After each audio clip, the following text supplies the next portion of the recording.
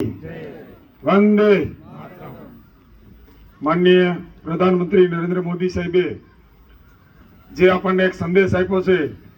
કે હર ઘર સ્વદેશી ઘર ઘર સ્વદેશી વોકલ ફોર લોકલ આ શબ્દ આઝાદી પછી બહુ વર્ષો પછી આપણને સાંભળવા મળ્યો। ખરેખર આ સ્વદેશી અપનાવવાનું છે એ આપણા જે વાત કરી કે અગાઉ સ્વદેશી આપણે અપનાવતા આ વિચાર છે ને ખરેખર અત્યારે આપણો નથી। આ વિચાર સ્વતંત્ર સેનાનીઓ કે જ્યારે આપણને આઝાદી નહોતી મળી, આઝાદી માટે આપણે વલખા મારતા હતા અને આઝાદી માટે આપણે લડતા હતા, ત્યારે આપણા દેશની અંદર એક ચળવળ હાલી કે ભાઈ સ્વદેશી અપનાવો, અંગ્રેજ ભગાવો, સ્વદેશી અપનાવો। તો સ્વદેશી ત્યારે એવું હતું કે હાથે ખાદીના કપડા બનાવીને પહેરવા, આપણા દેશની અંદર જે કઈ આપણાથી બની શકે એ આપણે ઉપયોગ કરવો। વિદેશથી જે અંગ્રેજો લાવીને આપણી ઉપર જે બેસાડી દીધેલું કે તમે આ જ ઉપયોગ કરો, આ જ વસ્તુ ઉપયોગ કરો,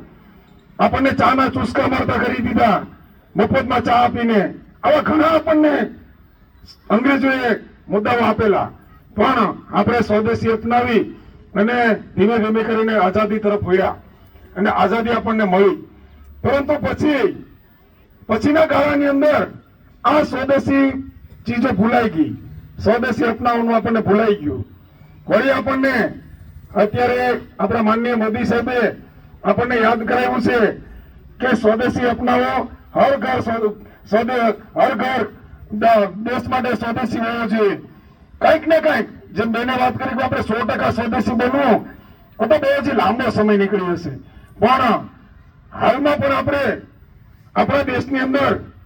પેલા ક્રેઝ એવો હતો કે વિદેશના પરફ્યુમો, વિદેશના સાબુ, વિદેશની સાડીઓ, બહેનોને વિદેશની સાડી જોવા મળે ખુશ થઈ જતા, પરંતુ હાલમાં આપણા દેશની અંદર પણ હેન્ડલૂમની સાડીઓ, આપણે રાજસ્થાન કે ગુજરાતની અંદર જે હેન્ડલૂમના રૂમોની અંદર જઈએ એક બાકસની અંદર સમય જેવી સાડીઓ બને છે, આપણે હાથે બનાવેલી છે, હાથ વણાટની છે। તો આપણે આવી આઈટમો અપનાવી અને દેશને સદ્ધરતા તરફ વાળીએ, દેશને આપણે આપણો રૂપિયો, જેમ બેને કીધું એમ કે આપણો રૂપિયો આપણા દેશની અંદર રહે તો આપણે તાત્કાલિક ધોરણે આપણે ખૂબ જ હિસ્સા તરફ, સારી પરિસ્થિતિ તરફ હાલમાં આપણે ઇકોનોમીની અંદર પણ ખૂબ જ આગળ વધી રહ્યા છે। એટલે